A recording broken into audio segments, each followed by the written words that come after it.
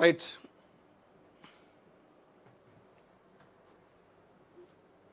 దిశ చూస్తే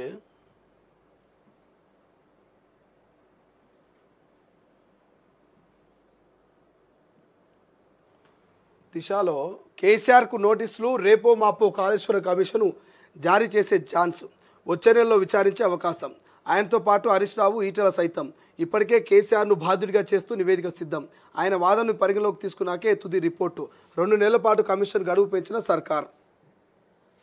కాళేశ్వరం కమిషన్ విచారణలో అనూహ్య పరిణామం చోటు చేసుకుంది. తుది నివేదిక ఇప్పటికే సిద్ధం అవ్వగా 1-2 రోజుల్లో ప్రభుత్వానికి నివేదిక అందించినట్టు తెలిసింది. సరిగా ఇదే టైంలో మరొక 2 నెలలు కమిషన్ గడువు పొడిగించడం రాజకీయ నీటిపారుదల శాఖ వర్గాల్లో హాట్ టాపిక్గా మారింది. కాళేశ్వరం బ్యారేజ్లో నాటి సీఎం కేసీఆర్, నాటి నీటిపారుదల శాఖ మంత్రి హరీష్ రావు, ఆర్థిక శాఖ మంత్రిగా పనిచేసిన ఈటెల రాజేందర్ల పాత్ర ఉన్నదనే కాళేశ్వరం ప్రాజెక్టులో భాగస్వాములైన అధికారుల కమిషన్ చెప్పినట్టు సమాచారం. ఇక బ్యారేజీల ఖరారు, స్థలాల మార్పు, నీటి నిల్వ తదితర విషయాలని కేసీఆర్ సూచించిన విధంగానే తాము చేసినట్టు వివరించినట్టు టాక్. ఏకపక్షం రిపోర్ట్ కావద్దని నాటి ముఖ్యమంత్రి కేసీఆర్ చెప్పడంతోనే తాము పనులు చేశామని నీటిపారుదల శాఖ అధికారులందరూ కమిషన్ ముందు అంగీకరించినట్టు తెలిసింది. దీంతో కాళేశ్వరం డ్యామేజ్ కేసీఆర్ ప్రధాన బాధితులని తుది నివేదిక సిద్ధమైంది. నేడో రేపో ప్రభుత్వానికి అందించేందుకు సిద్ధమైంది. కేసీఆర్ వివరణ తీసుకునే ఛాన్స్ మనకు కనిపిస్తూ ఉంది. సో ఒక్కసారి మనం పోల్ పెట్టినాము, పోల్ గురించి కూడా చూసే ప్రయత్నం చేద్దాం. కేసీఆర్ను కాళేశ్వరం కమిషను విచారిస్తుందా విచారించదా అని పోలు పెడితే ఇక్కడ విచారిస్తుంది అని చెప్పేసి 1500 మంది పోల్లో పార్టిసిపేట్ చేసిరు. 1500 మంది ఓట్లు వేస్తే 1500 మందిలో 64% మంది కేసీఆర్ను విచారించాల్సిందే అని చెప్తున్నారు. కేసీఆర్ను విచారించాల్సిందే, కేసీఆర్ను విచారిస్తుందని చెప్పేసి క్లియర్గా ఇక్కడ తెలంగాణ ప్రజలు చెప్తా ఉన్నారు. కాబట్టి చూద్దాం మరి తెలంగాణ ప్రజల ఏమనుకుంటారు. ఒకసారి కామెంట్లు చూసే ప్రయత్నం చేద్దాం. All politicians inside both are commitment with each other but we're fools అంటూ వార్త రాసిడు. సో అందరు పొలిటికల్ లీడర్స్ అంతా కూడా ఇన్సైడు మరి ఒకటే అవుతారు, వాళ్ళంతా కూడా మరి అందరం లాస్ట్కు మనమే ఫూల్ అవుతామని చెప్పేసి ఇక్కడ కామెంట్ పెట్టారు. ఏమంటారు, all politicians inside both are commitment with each other but we're fools అంటూ వార్త పెట్టిండు. ఇక్కడ కామెంట్ పెట్టిండు ఎవరు అయినా శ్రీరామన్ అంట. ఇక ఇంకొక కామెంట్ ఏమొచ్చిందంటే,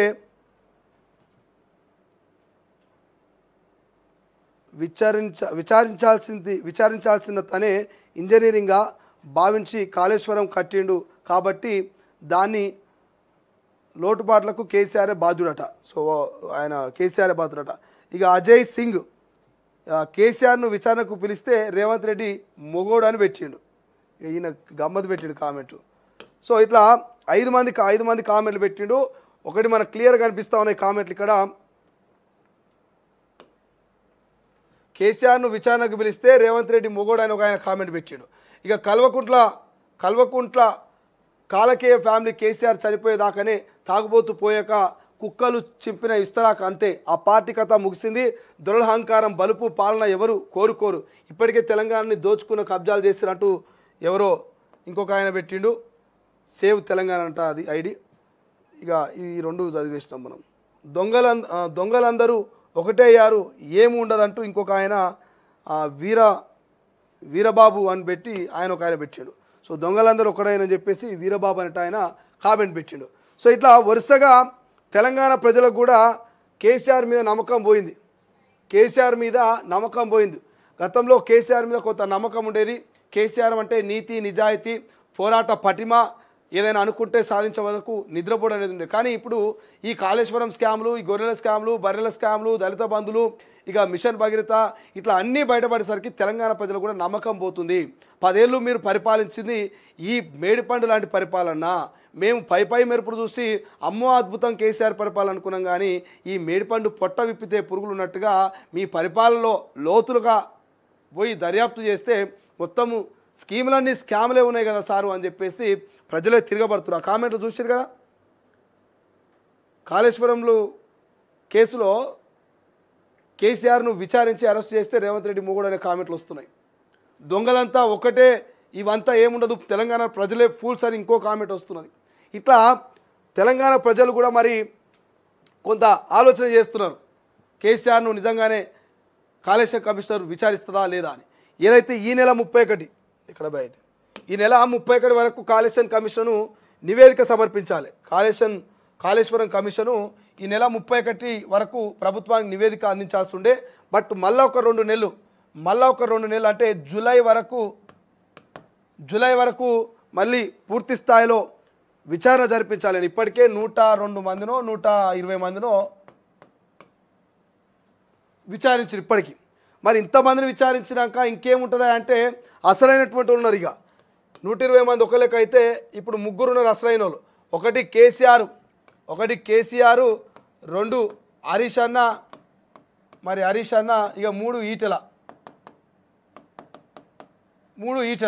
సో ఇట్లా ఈ ముగ్గురిని విచారిస్తే కానీ కాళేశ్వరం కమిషను పూర్తి స్థాయి విచారణ కంప్లీట్ అయినట్టు కాదనేటువంటి ఒక నివేదిక తయారు చేసేందుకు రాష్ట్ర ప్రభుత్వం అటు కమిషన్ సిద్ధమవుతుందని తెలుస్తుంది.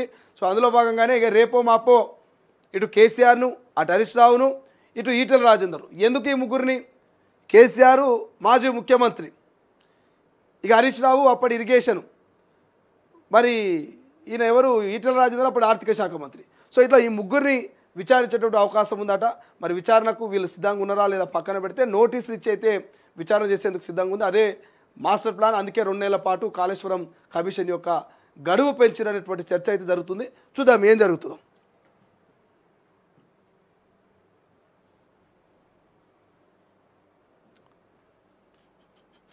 సో ఇది ఇంకా నమస్తే తెలంగాణ చూస్తే